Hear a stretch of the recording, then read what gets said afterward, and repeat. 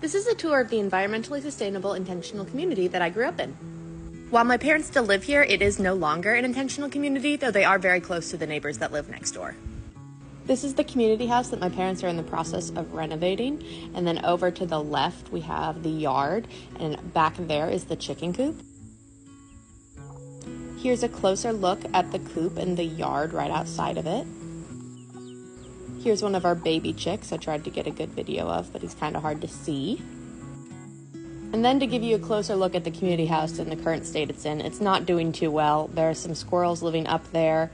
Under here, there are a bunch of baby snakes. I don't know if you can see them. You might be able to see a little bit of one. There he is. Going inside, you can see it's not doing too well. The floors are really uneven. The floor is ripping apart from the wall in this room. So we're just gutting this entire thing, and we're going to be tearing it down completely. So here's more of just the bathroom. And then this half of the house, we're going to renovate and try to upgrade it to be a little more sustainable, and then turn it into an Airbnb and teach people how to turn their own houses into a more sustainable living space. To the right of the community house, we have the solar panel, which can completely power the community house during the summer. And then we have hot peppers over here, which a friend of ours uses to make hot sauce. Over on the left side of the barn, we have a pond, though it hasn't rained very hard in a while, so it's pretty dried up. But the pond is right next to my house. There's one of our porches, and then over here is our screened porch, and then you can see the community house right over there. Here's the inside of the barn. We just use it to store our tools and some bikes and firewood. And then on the other side of the barn is the neighbor's house. To the right of the barn, we have a basketball pad and the neighbor's driveway.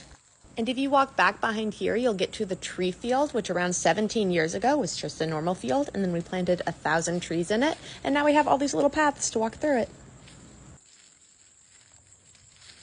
And this is out to the left of my house. If you go down the driveway a little bit, you get to our gardens down here. Here's a closer look at the gardens, and if you can see these paths going through, underneath, that's where all of our gray water from our houses goes to run under and water the garden. And then down here we have a little bit of woods. I used to play in these as a kid. And then there's a little path to the side, and you can walk down. If you keep following the path, it loops around to the tree field, but we're going to go off to the side a little bit to see the old horse shed. And then, of course, we have Bella. She's my childhood cat, and I love her so much, and she loves living out here.